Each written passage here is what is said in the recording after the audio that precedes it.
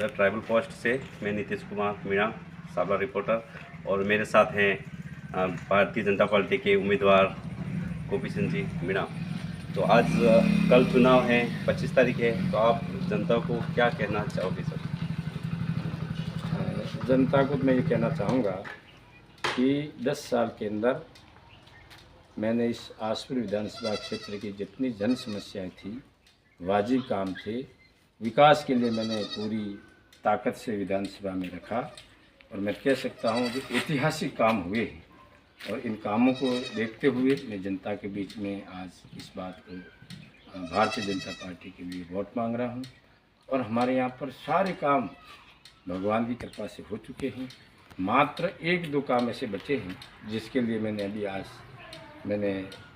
इसमें एजेंडे में भी लिया है, दैनिक भास्कर में भी दिया है, जिसमें पहला काम मेरा है कि मेरी आसपुर विधानसभा क्षेत्र के अंदर कई बेरोजगार युवा 10वीं 12वीं BA B.Ed करके बैठे हैं। तो मैं एक कोई इंडस्ट्रीज मिल इस आसपुर विधानसभा क्षेत्र में खोलना चाह रहा हूँ, जो कि मैं पैसा मुझे इस राजस्थान स्तर पर नहीं मिले, भारत सरकार का भी ला करके एक इंडस्ट्रीज खोलूँगा, जिसे मिल कहते हैं। तो उसके अंदर हमारे क्षेत्र के कम से कम 5,000 10,000 युवा एक पाड़ी पर चले, काम करें, ताकि हमारे युवा को रोजगार मिले। मेरा पहला। दूसरा काम क्या है, मेरे दोवड़ा पंचायत समिति जो है उसमें 34 पंचायतें हैं, और आसपुर पंचायत समिति, साबला पंचायत समिति में मेरे सिंचाई के लिए पूरी जल व्यवस्था है, जलोस्थान की कोई आवश्यकता नहीं है। और दोवड़ा के अंदर क्या है, पानी है नहीं, ज़मीन काश्तकारों के पास में बहुत है, वो गरीब आदमी हमारा कहीं के मोहताज रहता है। उसके बारे में मैंने जो है कागदर से कागदर हिल है, डीम है, उससे पानी लाने का पूरा प्रयास कर रहा हूँ। होनाली के अंदर राजस्थान के पूर्व मुख्यमंत्री जी आए थे, उस पर भी मैंने बात रखी, वो कागदर का पानी जो है हमारे इधर आ जाए तो कम से कम मेरे 28 पंचायतों को दोवड़ा में पानी मिल सकता है।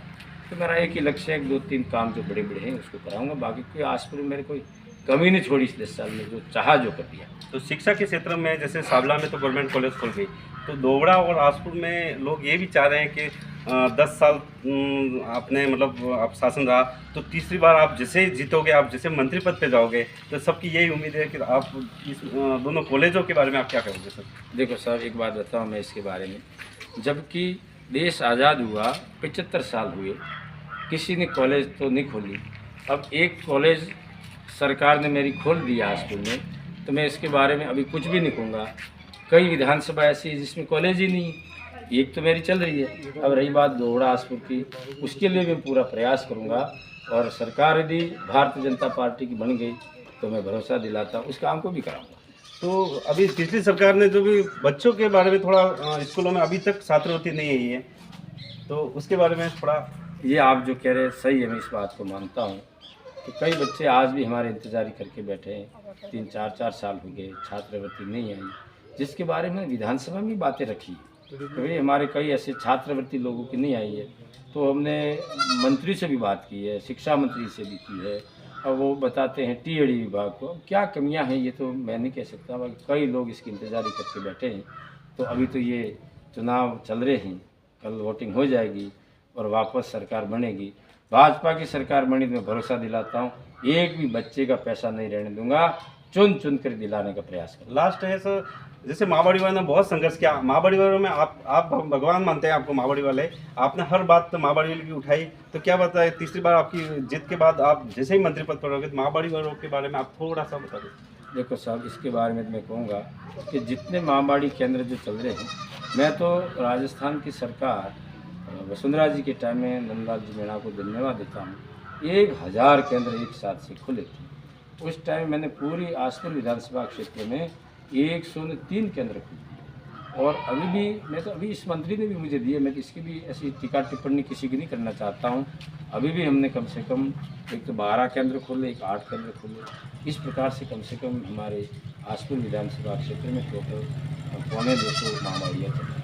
अब इन बच्चों के लिए मैंने विधानसभा में बात उठाई थी कि कम से कम पूरी संभाग में एक साथ से 1000 केंद्र खुले, 1-250 खुले, 1-250 खुले, 2000 केंद्र चलते हैं।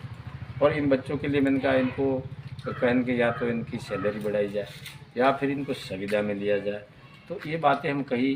दूसरा क्या कहा कि डे केयर में परिवर्तन कर दो, ताकि 2000 बच्चे हमारे युवा जो कम से कम ग्रेजुएट हैं वो बिना हिसाब से परेशान हो रहे थे, उनको लगा दिया जाए।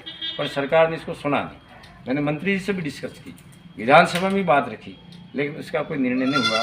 मैं तो अब कह रहा हूँ इन सब बच्चों को कि आप भगवान से प्रार्थना करो। मैं तुमको ये तो नहीं कहूँगा, ये भी कम से कम अर्ध कर्मचारी हैं, अर्ध कर्मचारी जो हमारा प्रचार करो ये तो मैं नहीं कहूँगा, लेकिन तुम भगवान से प्रार्थना करो, इन लोगों के घट में बैठे परमात्मा